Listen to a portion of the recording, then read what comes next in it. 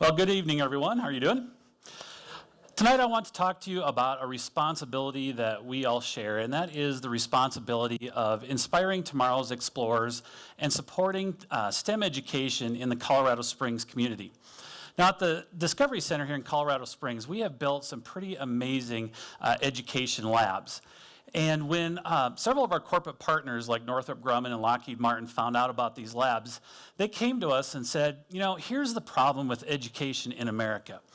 We're graduating brilliant engineers and scientists, but the problem is all they want to do is sit in their cubes by themselves and work on their computers. And that's not how we work in the real world. So they came to us and they said, when you're working with students in these labs, we really want you to focus on developing their 21st century skills. Skills like leadership, communication, collaboration, critical thinking. These are the skills that they're going to need for the jobs of the future. And we do that around STEAM education, science, technology, engineering, arts, and math. And we include the arts because when you work with children in the arts, you develop that creative side of the brain that helps them solve complex problems. Now, why is this important? Why do we care? Right now, we are only graduating enough scientists and engineers to fill 60% of the needed jobs in those fields. And if you look at the second bullet here, in the area of technology, by next year, we're only graduating 29% of those needed jobs. And that actually becomes a national security issue. If you work for a company and you're on a top secret government project, you can only work on that project if you are a U.S. citizen. So now there's this gap opening up of jobs that can't be filled. Now, if you are a parent and you have children, you know that there's two things that excite them, space and dinosaurs, right? So at the Space Foundation, we use space as that hook to get kids excited about learning. The first thing we teach is the relevance to space in their way of life. This is just a short list of the tens of thousands of products that come from the space technologies. And the next reason we use space is because space is just cool. When you think of all the exploration that's been going on, say the rovers on Mars, the discovery that Mars was once covered in oceans of water, the oceans on Enceladus, and the recent discovery of the TRAPPIST-1 system. It's a system that has 4 Earth-like exoplanets. That is amazing and exciting. But is that enough to get kids in that STEM pipeline for the jobs of the future? And the answer is no. What we really need is human exploration. NASA's plan right now is to send humans to Mars in the 2030s. And that's really exciting if you think about it.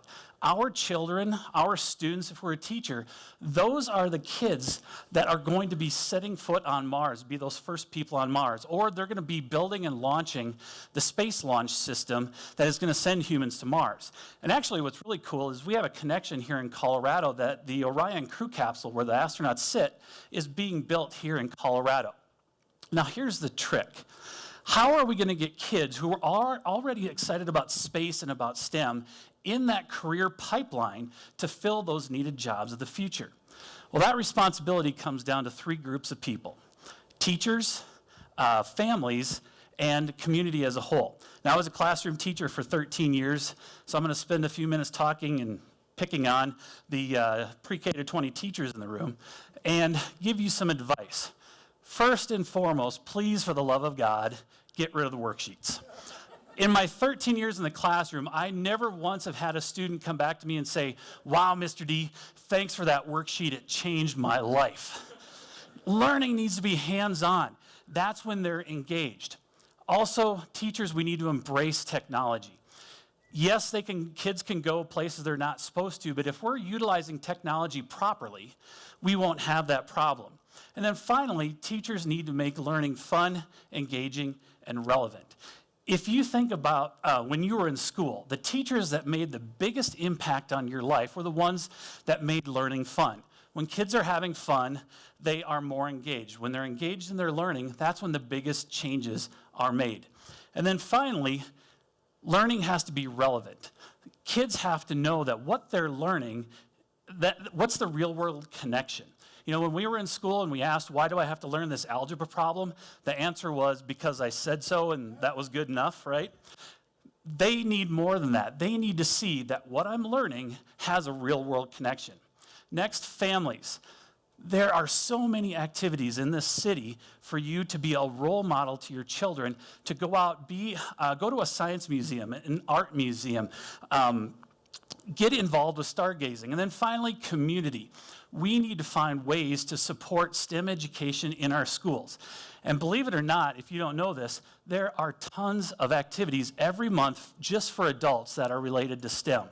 So please get engaged, be involved, and help inspire tomorrow's explorers. Thanks.